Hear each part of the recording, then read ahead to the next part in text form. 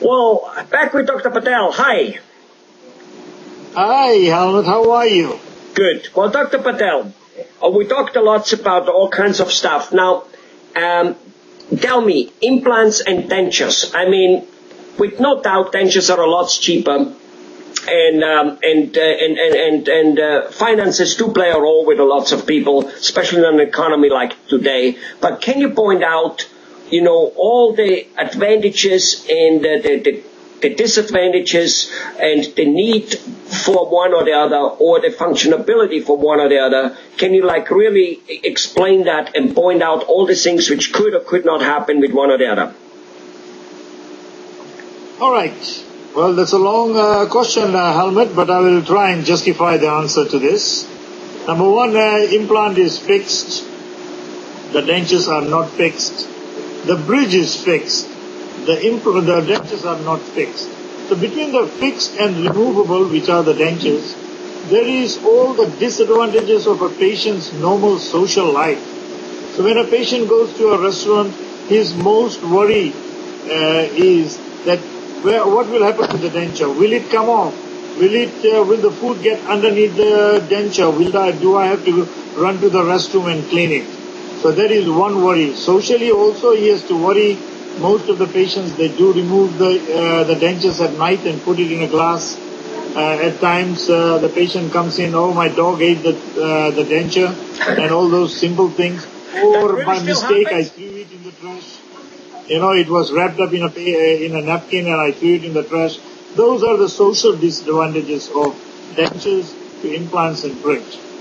Also, in the dentures itself, it covers more area of the gum tissue, so the day-to-day eating habit is affected because the patient is not able to taste the food as good as when it is in a bridge or an implant. Now, between the implant and the bridge itself, as we have already discussed it in our previous videos, the most common disadvantages is, of course, the aesthetic part. The implant is much more aesthetic. It looks like a natural tooth coming out of its own socket. That's one. The bridge may not look like a natural tooth because the adjacent teeth are cut and it looks like something has been pasted on top of it. So aesthetically, patients are affected. Number two, with the implant itself, there is no adjacent tooth cut, and with the bridge, we have to trim the adjacent tooth to fit in a 3-unit bridge for one tooth replacement. So these two are the major things. And number three, the cleaning habit itself. If the patient already had to begin with had a bad cleaning habit, or if the patient is all the time in a socially very busy and business-wise is very busy and moving in and out of the house early in the morning very quickly just to catch the train or go and beat the traffic on a major highway, they are not able to clean very well. And in that sense, the plaque around the implant and the bridge will be affecting. The plaque around the implant can be very easily cleaned, but the plaque around the bridge may not be very easy. Number three, if the bridge is slightly open or if it is not very tightly fitted, which 90% of the failure happens because of the bridge not well fitted by the dentist. So these are the last disadvantages of a bridge to an implant. Let me ask you something. I've heard, and I'm not so sure, I've heard that when you have your normal teeth in it, the root of the tooth prevents the bones from shrinking.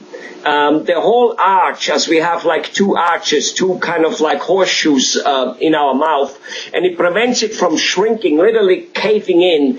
And I have heard that so when you put a denture in, the root doesn't get replaced, where yet with an implant, the metal stick, the metal rod replaces it and it cannot shrink. Meaning, if you have a denture, your arch starts shrinking and eventually you start kind of caving in and start looking like a dried out tomato and basically look ugly. Is that really true or not?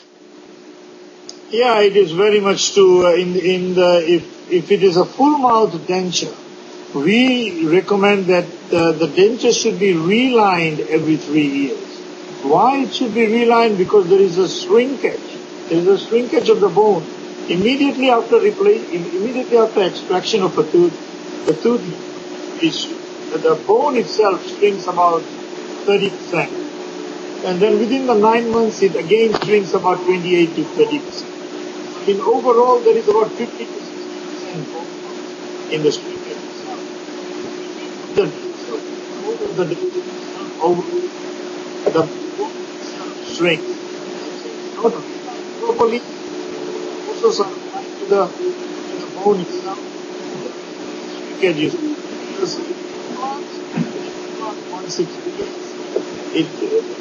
around the implant shrinks only if it is not kept clean. If it is kept clean, and if the implant had been placed by the dentist in the first place, it won't as. Okay. Well, thanks for telling us about that. That's, not looking pretty. That sounds like a pretty bad thing, and it looks like a dentist can actually be a great cosmetic surgeon by just replacing the teeth correctly. Thanks a lot, Dr. Patel.